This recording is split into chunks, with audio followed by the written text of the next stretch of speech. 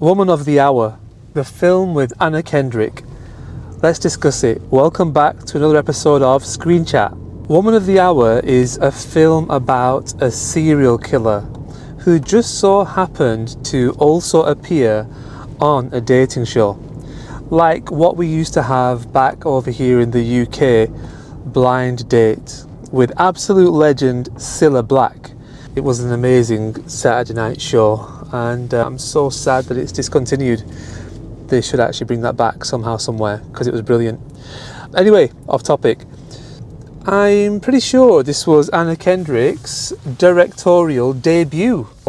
Check that out for one, guys. Oh no, I've just got to pay for parking. Hang on, not hang up.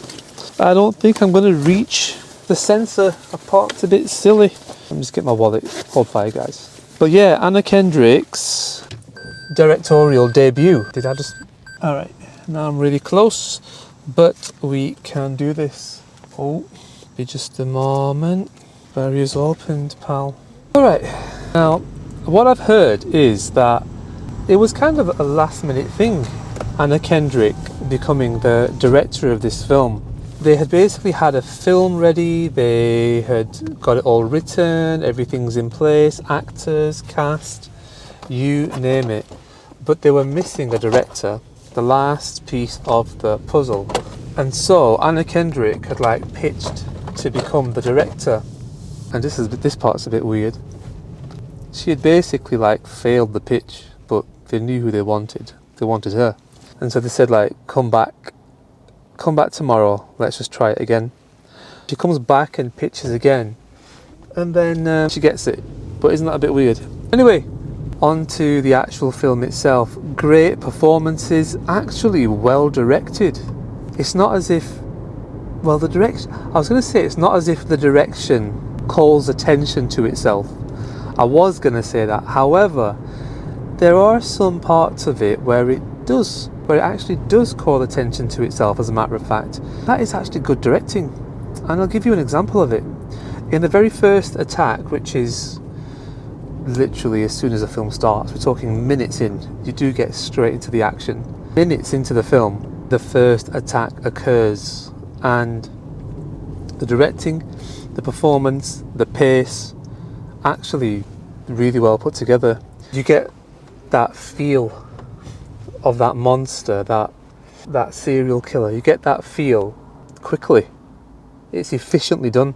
That depth, the depth of characters, the depth of the experience that's happening is very well conveyed.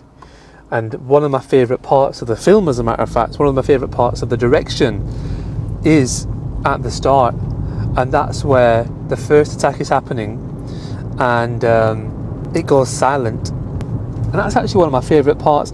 In great cinema, you will see it's a show not tell medium. Cinema is a visual medium. Radio is an audible medium, right? So with cinema, you should be using the medium type, which is the screen. It's visual. And that's extremely powerful, to be honest. And films which are able to maximise the visual experience often tend to be the best, or the most skillfully executed, right? Let me just give you an example of this best bit, which I really liked. What happens is that first attack is happening, and so you've got this man attacking this woman, and so there are screams and sounds of struggle and stuff, right? And then the camera, or the shot, cuts to an extremely wide shot, right? And it's from the bottom of the hill, and you can see these two figures at the top of this hill on the horizon, and they're having this struggle. And from that viewpoint, it's silent. So for a minute there, it's silent while this attack is occurring. And I feel like that's genius. That really pulls the experience into the viewer. You're pulled away from it, and so you're pulled more towards it at the same time. You want to hear it, you want to pay attention to it because of how far you are from it. So you can't hear anything, and so you're very much aware of this attack that's occurring. And that is, again, minutes into the film. So it really does chuck you in, push you in. And in that sense, it's actually very well executed. And there's more of that. There's more situations where it's kind of not really a linear narrative. It's almost modular in a way, and that's where it jumps from one time to another time. Pause on that a second. Her directorial debut in that sense, very impressive. The actors and the performances, very well put together, very well cast, all of it very well done. I've got to give credit on how this was done. I've gone back and I've found the clip of the actual serial killer on YouTube where he goes to the dating show, and you can see how they've tried to match things like the set, how the actual real life killer looked against the actor. That makes sense. You don't see much of the Anna Kendrick lady on the dating show, so that didn't really appear when I tried to have a look. I don't know how much she looked like her, but from what I did see with a bit of a glance, Anna Kendrick doesn't really look like the lady who was the actual victim. But yeah, fair enough, innit? They got a good actress to portray the actual victim.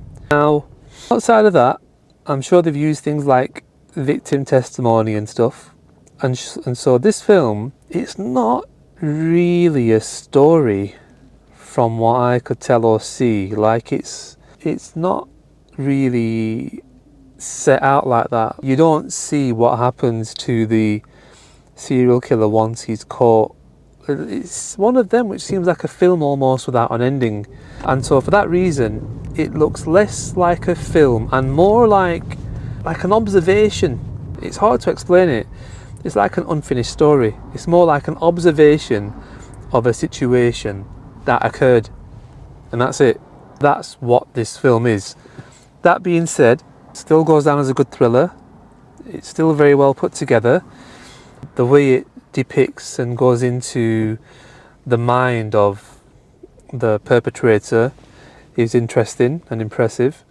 It's got its good parts to it. Great performances, great cast, very well written, and you can see, and you're like watching and you're just trying to save these victims all the way through it. You're like, oh, like no, like don't call him over, run away, etc, etc. And that's a sign of a good thriller, isn't it? That's a sign of a good thriller. So worth a watch, but I'm not crazy about it. Watch it because it's a true story. That's why you should watch it. And performances are decent, but outside of that, it's missing story for me. I like story, but with a true story, how much can you affect what it already is?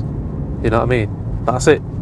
You can't go to OTT on it. And I believe that's it, guys. I believe that's it. Efficient enough, done and dusted. Watch it. Good film, good visuals, well directed, well written. And that has been Woman of the Hour on Netflix. Anna Kendrick starring and directing. Impressive. And I'll thank you guys for watching. Take it easy and have the best evening for yourself. I know I will be, hopefully. See you later, guys. Catch you the next one. Thanks for watching, as always. Take it easy.